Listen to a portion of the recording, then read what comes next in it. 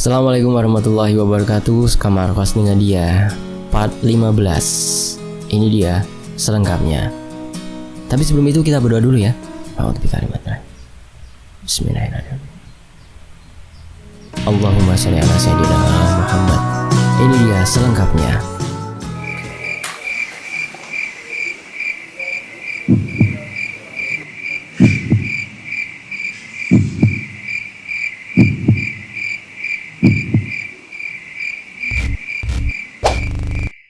Bapak dan Bang Damar ternyata dibawa ke sebuah pinggiran sungai.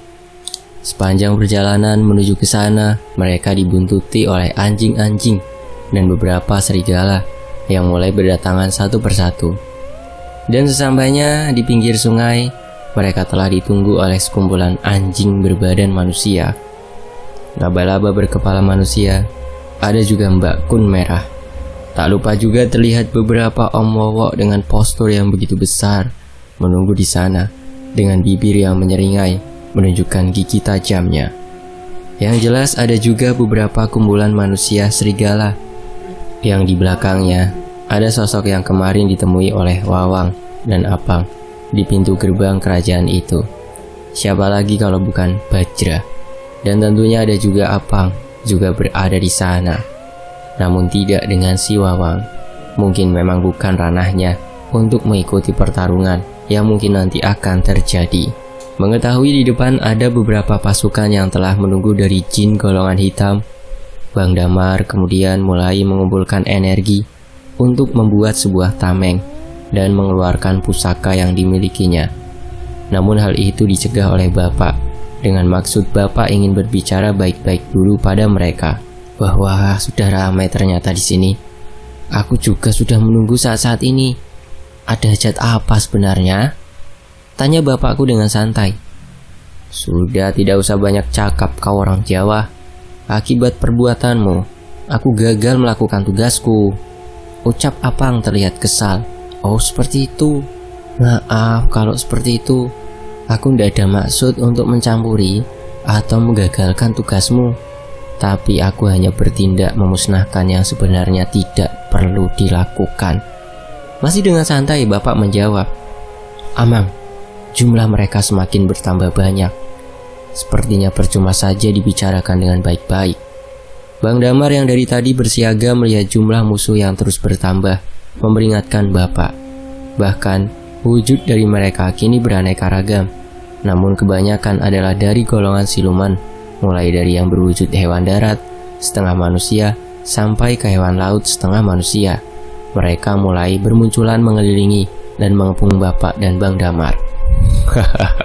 Jadi hanya kedua bocah ini yang menghancurkan tugasmu. Kalau hanya mereka berdua, aku tidak perlu turun tangan dan seharusnya tidak perlu kubawa seluruh pasukanku kemari. Hanya bawahanku yang di sini saja sudah cukup menghabisi mereka berdua. Hanya 2 menit. Dengan sombong Bajra berkata, begitukah? Bagaimana kalau kita buktikan dan tolong dipisahkan pasukanmu yang memang ada di sini dengan para pasukan sekutumu. Aku penasaran jadinya ingin bermain dengan pasukanmu. Dengan santai Bapak menjawab, sombong sekali kau bocah sialan. Hei, kalian maju habisi mereka sekarang juga. Bajra kesal dan menunjuk siluman berkepala banteng bersenjata kapak dan siluman gagak bercakar emas untuk menyerang Bapak dan Bang Damar.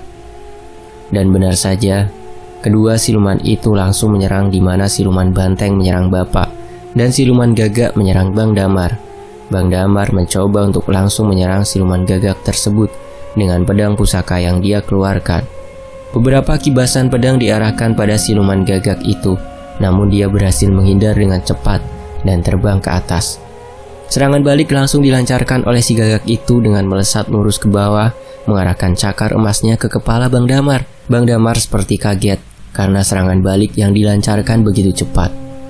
Namun ternyata Bang Damar masih bisa menahan dengan perisai gaib yang sudah dari tadi dibuat olehnya. Melihat siluman gagak itu sedang mencoba menekan perisai gaib dari atas kepala Bang Damar, kebetulan Bang Damar melihat celah untuk menyerang siluman itu. Dia mengarahkan pedang pusakanya tepat ke arah perut bagian bawah siluman itu. Namun dengan sangat mudah ditangkis oleh siluman itu dengan cakar emas satunya dan langsung balik menyerang dengan paruh tajamnya ke arah mata Bang Damar, karena kedua tangan Bang Damar sedang menahan serangan dari cakaran siluman gagak. Maka susah untuk menghindar. Namun masih untung Bang Damar mengalihkan kepalanya, sehingga hanya mendapat goresan dari serangan paruh siluman gagak. Dan karena kesal terkena serangan paruh yang membuat luka di sebelah mata kanannya, Bang Damar kemudian menggunakan kakinya untuk menyerang bagian samping tubuh musuhnya. Dan tentunya sudah dilapisi dengan energi atau aura yang bisa memberi efek pada serangannya. Dan benar saja, siluman gagak itu langsung terpental setelah berhasil menerima tendangan, namun langsung kembali melesat ke atas menggunakan sayapnya. Bisa dibilang skor mereka 1-1 karena sama-sama menerima damage serangan. Sementara itu Bapak juga menghadapi amukan dari siluman banteng yang membawa kapak itu. Beberapa kali banteng itu berlari kencang untuk menyeruduk Bapak dengan tanduknya, sembari tangannya terus mengayunkan kapak yang dia bawa itu. Bapak belum begitu serius awalnya untuk menghadapi sosok itu. Saat pertama kali siluman banteng itu berlari masih bisa terlihat, namun di setiap langkahnya terlihat kecepatan si banteng bertambah dengan cepatnya. Kalau dilihat dari ekspresinya, Bapak terlihat kaget dengan kecepatan itu, yang kemudian mengambil kuda-kuda untuk bersiap menahan tanduk dari si banteng. Dan benar saja, satu tangan Bapak berhasil menangkap tangan si banteng yang mengayunkan kapak, dan tangan satunya berhasil menahan kepala banteng itu. Walau Bapak masih terus terseret mundur karena kecepatan yang sangat cepat itu. Karena terus terseret, kemudian Bapak melipat tangan banteng yang membawa kapak itu dengan tujuan untuk memberi serangan balik dengan cara membantingnya. Dan lagi-lagi sukses, banteng itu dibanting sangat keras ke tanah dan membuat bekas pada tanah yang menjadi dasar jatuhnya siluman itu, dan getaran juga terasa. Bapak berhasil membanting banteng itu, namun langsung dibalas dengan tendangan kaki dari si banteng yang masih bisa Bapak hindari, ditambah dengan kibasan kapak yang dihunuskan ke leher Bapak, dan lagi-lagi berhasil ditangkis dengan tangannya. Melihat celah, Bapak kemudian mematahkan tangan banteng itu dan membuat kapak yang dipegangnya terlepas jatuh ke tanah. Banteng itu mundur sembari memegangi tangan yang dipatahkan Bapakku. Setelah mendapat serangan balik dan mendapat cedera akibat menyerang Bapak, si banteng itu terlihat sangat murka. Tangan yang telah patah oleh si banteng itu sendiri malah diputus sekalian. Raut muka Bajra terlihat sedikit kaget karena Bapak berhasil membuat luka pada salah satu bawahannya. Dirinya langsung berdiri, tanda mulai tertarik dengan Bapak. Kemudian pertarungan pun kembali berlangsung. Banteng yang terus menyerang dengan kecepatan tinggi dan beberapa kali hampir mencelakai Bapak dengan tanduknya itu. Namun Bapak terus menahannya dengan jurus Pancasilatnya. Dan entah kenapa dari tadi aku belum melihat golok yang biasa Bapak gunakan untuk menyerang musuh-musuhnya. Namun hanya menggunakan jurus tenaga dalam untuk meladeni sosok banteng ini. Beberapa pukulan dan tendangan dengan tenaga dalam berhasil melukai sosok banteng itu. Dan kalau dipikir, Bapak lebih sering melakukan pertahanan dibanding menyerang. Bapak menyerang hanya dengan cara menggunakan tenaga dari lawannya. Dengan kata lain, Bapak lebih sering menggunakan daya dari musuhnya untuk melukai dirinya sendiri. Sedangkan Bang Damar lebih berambisi untuk menghabisi musuhnya itu. Namun dengan model serangan dan musuh yang selalu berada di udara, membuat sedikit celah untuk Bang Damar menyerang. Di lain gerakannya siluman gagak ini lincah, ternyata cakar emasnya sangat kuat untuk menahan serangan yang dibuat oleh Bang Damar. Bapak sempat berkata, walau mereka semua adalah bawahan dari si Bajra, namun mereka semua merupakan jin atau siluman tingkat tinggi yang memang tidak mudah untuk langsung dikalahkan. Namun meski demikian, mau tidak mau mereka tetap harus menghabisi mereka semua karena sudah memberi aura negatif ke banyak daerah dan menimbulkan kericuhan di dunia manusia. Pada saat menyerang, Bang Damar terlihat sempat memegangi kaki dan cakar emas saat si gagak melancarkan serangan dari udara dan hendak melesat mengarah ke kepala Bang Damar. Dan kebetulan, serangan itu bisa ditepis dan ditahan dengan tangan Bang Damar yang sudah diselimuti energi. Dan dengan sigap, Bang Damar kemudian menarik turun ke bawah, sembari pedang yang dibawanya hendak diarahkan ke leher siluman itu. Kepakan sayap dari siluman itu membuat debu-debu berterbangan karena dia mencoba untuk melepaskan genggaman tangan Bang Damar dari kakinya. Hal itu sangat mengganggu penglihatan Bang Damar, sehingga tidak begitu fokus dengan musuhnya. Dan siluman gagak itu melihat celah untuk menyerang leher dari Bang Damar. Dengan cepat, siluman itu akan menyerang. Namun dengan bersamaan dengan itu, banteng yang menyerang Bapak melesat ke arah Bapak. Dan kebetulan, Bapak juga melihat kalau burung itu akan menyerang Bang Damar dengan paruhnya lagi. Dan saat siluman banteng itu hendak menyeruduk dengan tanduknya ke arah Bapak, Bapak langsung mengincar tanduk siluman itu yang hendak Bapak tangkap, lalu dilemparkan ke arah gagak yang sedang menyerang Bang Damar itu. Dan begitu mendapat kesempatan serangan dari si banteng, Bapak benar-benar menangkap tanduk dari si banteng dan langsung dilemparkan kepada siluman gagak yang sedang menyerang Bang Damar. Tak disangka, waktunya sangat tepat. Belum sampai paruh gagak mencapai Bang Damar, siluman gagak terlempar karena menjadi tempat mendarat siluman kerbau. Dan Bang Damar juga terjatuh karena efek senggolan dengan tubuh si banteng. Bang Damar yang terjatuh kemudian dihampiri oleh Bapak dan langsung dicek oleh Bapak keadaan Bang Damar. Ternyata masih aman, hanya ada goresan pada sebelah mata kanan yang merupakan bekas serangan awal tadi. Bang Damar dibantu berdiri oleh Bapak dengan terus membersihkan area matanya karena terganggu oleh debu yang masuk ke matanya. Setelah banteng itu dilempar pada siluman gagak, dari arah Apang ada suara teriakan seolah dia tidak menerima serangan itu. "Hei, kurang ajar kau, beraninya kalian!" Apang berteriak terlihat melotot ke arah di mana si banteng dan gagak terjatuh. "Hahaha, mulai menarik sepertinya ini. Sudah biarkan saja. Aku mulai menyukai bocah-bocah ini," timbal Bajra pada si Apang. Dan ternyata hal yang tidak diprediksi Bapak terjadi. Ternyata tanduk dari si banteng menancap tepat di kepala siluman gagak itu, yang membuat siluman gagak tewas ketika terkena tanduk di bagian kepalanya. Si banteng yang masih dengan emosinya yang tinggi akibat serangan dari Bapak, kemudian menarik paksa jasad temannya dari tanduknya, yang membuat kepala dari si gagak pecah berantakan. Dan sedangkan si banteng sepertinya tidak sadar kalau yang ditariknya itu adalah jasad rekannya. Setelah mengecek kondisi Bang Damar, tiba-tiba Bang Damar berteriak, "Amang, awas belakang Amang!" Seketika Bapak kemudian mengambil kuda-kuda untuk membanting tubuh dari banteng yang sedang mengarah cepat ke arah Bapak. Banteng itu berhasil dibanting oleh Bapak dengan sekali ayun tangan saja. Dan ternyata Bang Damar refleks dengan pedang yang sudah siap di tangannya. Begitu sosok banteng ini tergeletak di tanah, Bang Damar langsung mengayunkan pedang yang digenggamnya tepat di arah leher dari siluman banteng ini, dan alhasil berhasil membuat kepala banteng ini terlepas dari tubuhnya. Bapak sedikit kaget dengan tindakan itu, karena bagi Bapak pembicaraan baik-baik harusnya masih bisa dilakukan. Namun karena sudah terjadi seperti ini, maka mau tidak mau akan terus berlanjut mereka untuk terus menyerang Bapak dan Bang Damar. "Walah, kamu ini Dam, harusnya tidak usah sampai seperti itu," kesal Bapak pada Bang Damar. "Maaf Amang, refleks saja ini," Bang Damar menjawab sembari mengambil kepala siluman banteng itu. "Ya sudahlah, kita lanjut saja, sudah tanggung." Tunggu, mau kamu apakan kepala itu?" tanya Bapak. "Hei Bajra, ini tangkap kepala bawahanmu." Bang Damar melempar kepala banteng itu pada si Bajra. Tak disangka, Bajra pun menangkap kepala bawahannya itu. Kemudian yang dia lakukan kepada kepala itu adalah menggigit dan memakan kepala bawahannya itu. Sebuah hal yang membuat Bapak terasa mual dan jijik. Bapak sama sekali tidak menyangka kalau sosok Bajra ini begitu tidak menghargai bawahannya.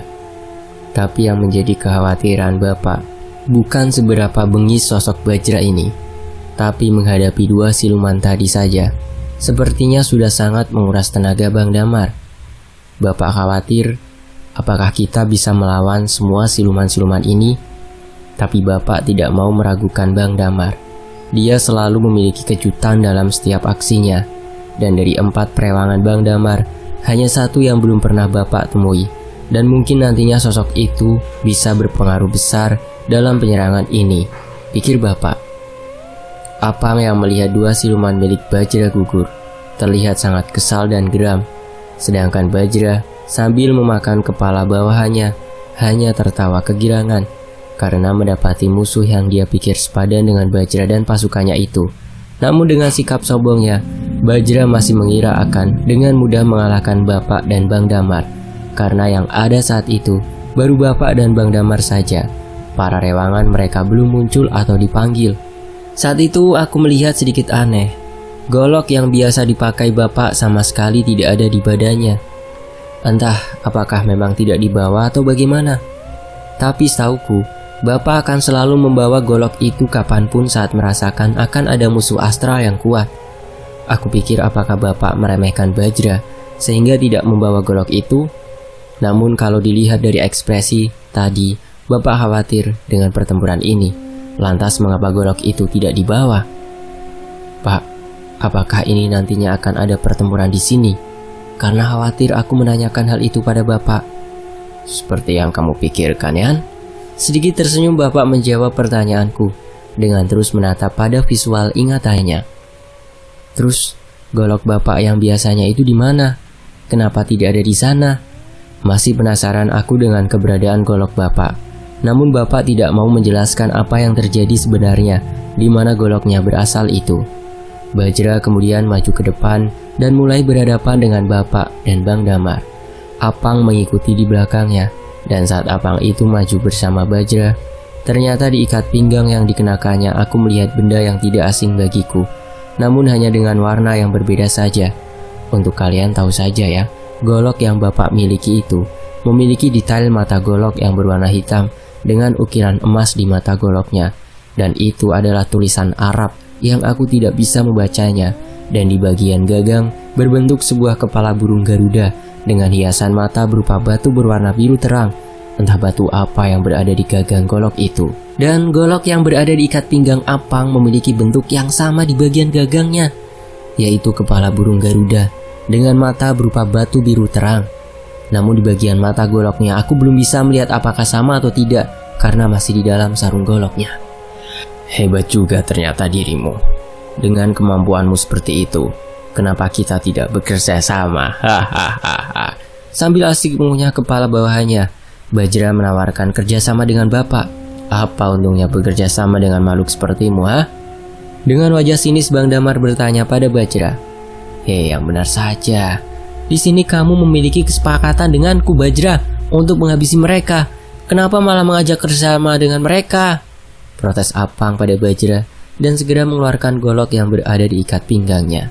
Setelah Apang mengeluarkan goloknya, baru aku bisa melihat mata dari golok itu yang ternyata hampir mirip dengan punya bapak. Hanya saja di sana tidak ada ukiran tulisan Arab seperti mirip punya bapak. Karena Apang ini mulai mengeluarkan goloknya, Bang Damar langsung mengeluarkan pusaka gaibnya berupa pedang yang biasa dia gunakan, dan langsung diacungkan pedang itu ke arah Apang dan Bajra. Bapak masih dalam kondisi tenang dengan kepala menunduk karena enggan melihat Bajra yang sedang mengunyah kepala itu. Tunggulah sebentar, atau kau akan membayarnya sangat mahal. Dengan nada tak suka dan melempar kepala bawahnya itu, Bajra berkata pada Apang, Sudahlah Bajra, tarik mundur pasukanmu ini, atau kau akan menangis kehilangan mereka semua. Dengan mata melirik ke arah Bajra, Bang Damar memerintahkan. Benar apa yang dikatakannya. Aku sama sekali tidak ingin bekerja sama denganmu, dan sebaiknya segeralah mundur. Dengan tenang bapak mengatakan hal itu pada Bajra. Alah, banyak omong. Sudah, kita habisi mereka saja. Apang yang sudah siap dengan goloknya kemudian menyerang Bang Damar yang sudah bersiaga. Bang Damar lantas ingin langsung mengibaskan pedangnya langsung pada sosok Apang ini, namun ditangkis oleh bapak karena nantinya takut akan menghabisi Apang secara langsung. Begitu juga golok yang diserangkan ke Bang Damar juga sekaligus ditangkis oleh bapak. Dan saat menangkis golok itu, terlihat mata dari gagang burung Garuda itu memancarkan sinar biru terang saat dipegang oleh bapak. Dan ternyata bapak merasakan ada suatu energi yang menarik dalam golok itu. Maka bapak terfokus pada golok yang digenggam oleh Apang itu. Ah, kau ini, biarkan aku berunding dengan dia. Dasar manusia tak berguna. Kau akan membayar semua ini dengan sangat mahal. Dengan sangat kesal, Bajra kemudian memberi perintah pada bawahannya untuk segera menyerang bapak dan Bang Damar. Seperti yang dikatakan Damar tadi, aku sama sekali tidak tertarik bekerja sama dengan kalian. Sambil menangkis bapak menjawab pertanyaan dari si Bajra. Dan dengan jawaban itu, maka kamu akan binasa, dasar manusia menjijikan. Ucap kasar Bajra pada bapak dan Bang Damar. Dengan seketika seluruh pasukan Bajra mulai bergerak menyerang. Dan di saat itu, sosok dari kejauhan berlari dengan kencang menembus pepohonan dan segera membantu Bapak dan Bang Damar, sekaligus membawa bantuan dari sekutunya dan para bawahannya. Dan tentunya dia adalah Barzam. Dan tidak hanya dari darat, dari udara pun sosok dengan badan yang sangat besar dan bersayap terbang dengan diikuti beberapa kelompok burung besar dan manusia setengah burung datang menutupi bulan purnama yang saat itu sedang bersinar terang di langit, dan dia adalah pasukan Kufron. Beberapa pasukan Bajra kemudian terbang menyerang bala bantuan Bapak dan Bang Damar di langit saat itu. Dan tak lupa dari bagian sungai juga terlihat bala pasukan juga datang. Sesosok reptil berdarah dingin diikuti banyak pasukan, bahkan kalau dilihat dari wujudnya, dia banyak mengajak sekutu. Bahkan dari jin yang berada di sekitar pulau Kalimantan seperti Jawa, Sulawesi, dan lainnya. Dia adalah Al-Hazam yang memiliki hubungan baik dengan para jin putih dari berbagai kerajaan. Tak sedikit bantuan dari tanah Jawa. Hal itu terlihat dari pakaian dari pasukan yang dibawa Al-Hazam saat itu. Melihat pasukan bala bantuan yang sangat banyak itu merangsak menyerang, Bajra terlihat begitu kaget dengan kedatangan bala bantuan itu. Mungkin pikirnya, kenapa tidak terdeteksi sejak awal dan bisa menyerang secepat itu? Pertempuran besar pun kembali pecah. Kerajaan Bajra melawan Bang Damar dan Bapak dibantu beberapa kerajaan dan sekutu jin putih.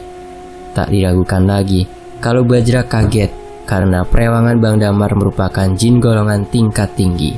Namun, walau kita sudah dibantu beberapa sekutu dari kerajaan jin putih di sekitar pulau Kalimantan, jumlahnya masih kurang untuk mengimbangi pasukan dari Bajra.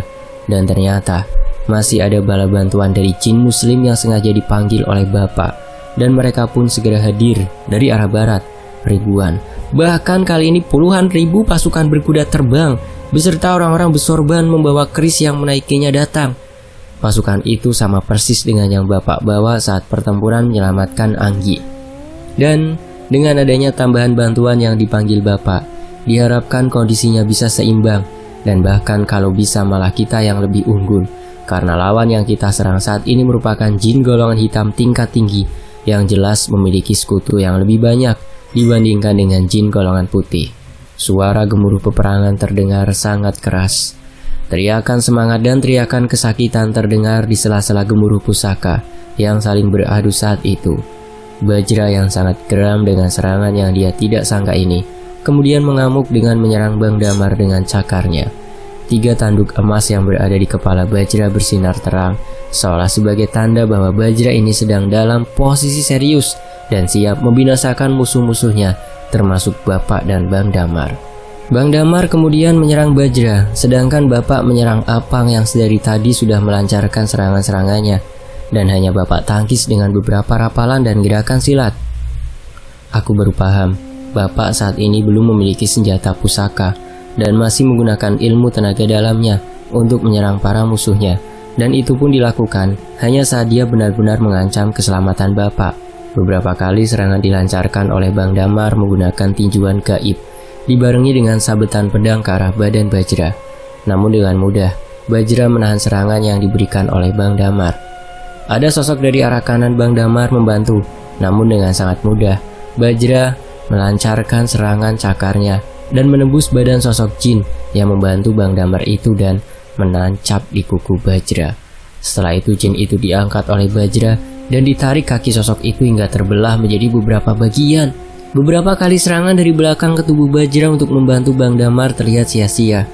Beberapa tombak menancap di tubuh Bajra dan sosok yang menyerang itu langsung dihajar habis oleh Bajra dengan cakaran.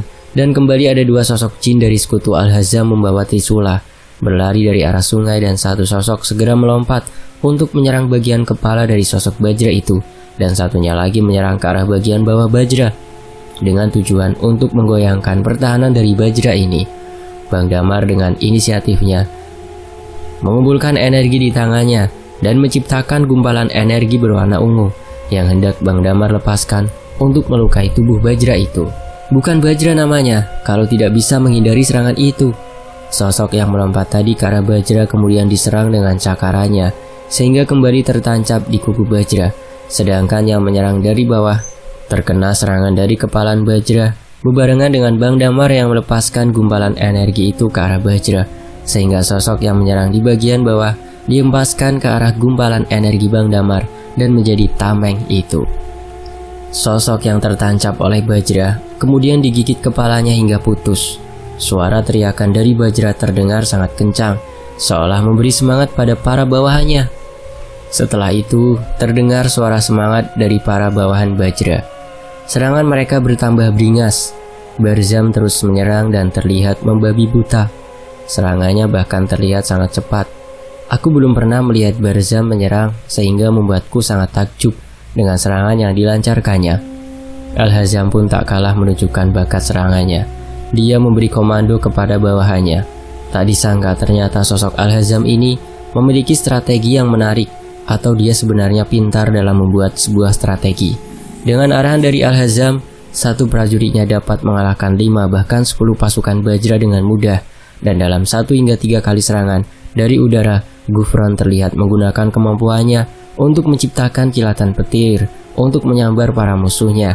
Dan yang membuatku kagum, dia bisa memanipulasi pergerakan dari para musuhnya, sehingga terlihat sosok yang menyerang Ghufran seperti gerakan slow motion, sehingga dengan mudah diserang balik oleh Ghufran. Pasukan putih berkuda terbang juga menunjukkan aksinya dengan terus menyerang, baik dari udara maupun dari darat. Serangan ajian dan tenaga dalam terus dilancarkan untuk memberikan damage pada pasukan Bajra. Bapak yang berhadapan dengan Apang juga tidak kalah sengit dalam pertempurannya. Usaha saling serang dari mereka terlihat sangat ketat. Beberapa pukulan gaib dilancarkan oleh Bapak dengan tenaga dalamnya. Apang pun beberapa kali mengibaskan golok yang dipegangnya, hingga menimbulkan energi yang dapat melukai, seperti yang Bapak lakukan saat di pertempuran waktu itu. Namun hanya saja, energi yang dikeluarkan Apang tidak sebesar yang dilakukan Bapak saat itu. Entah apakah Apang yang tidak bisa menggunakan golok itu, atau memang belum dikeluarkan semuanya energi dari golok itu. Hingga pada suatu kejadian, saat serangan saling dilancarkan, Bapak kemudian menggenggam golok yang dipegang oleh Apang. Dan saat memegang sepertinya Bapak merasakan energi yang sangat kuat, dan Apang sama sekali tidak menyadarinya. Bapak merasakan itu dan kemudian tertarik untuk mengambil alih pusaka yang dimiliki oleh Apang. Dan karena keinginannya itu, Bapak tanpa sadar mengumpulkan dan merapalkan sebuah ajian, dan kurasakan aura dan energi Bapak meningkat begitu pesat hingga akhirnya bersambung. Nantikan kelanjutannya hanya di Fakta Sejarah. Demikianlah Sekamar Postingnya Dia Season 2, karya dari Mas Rian. Terima kasih teman-teman sudah menyimak kisah ini di sini, dan saya pamit. Wassalamualaikum warahmatullahi wabarakatuh. Alhamdulillahirabbil alamin.